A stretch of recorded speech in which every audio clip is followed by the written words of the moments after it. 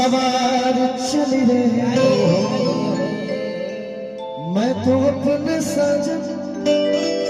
के द्वार चली रे। धुआं औरत गले से कह राजा हाँ तने चुप रहे लो सब बोल दूंगा ए बोलो बोला दशहरा बीत गई दिवाली बीत गई हाँ छठो बीत गई हाँ जी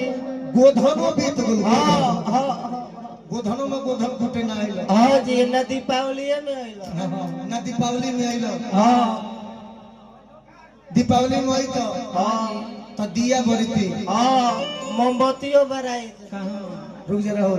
मोमबत्तियों बराई हाँ हम मोमबत्ती धरती कहानी ढेका पे मोमबत्ती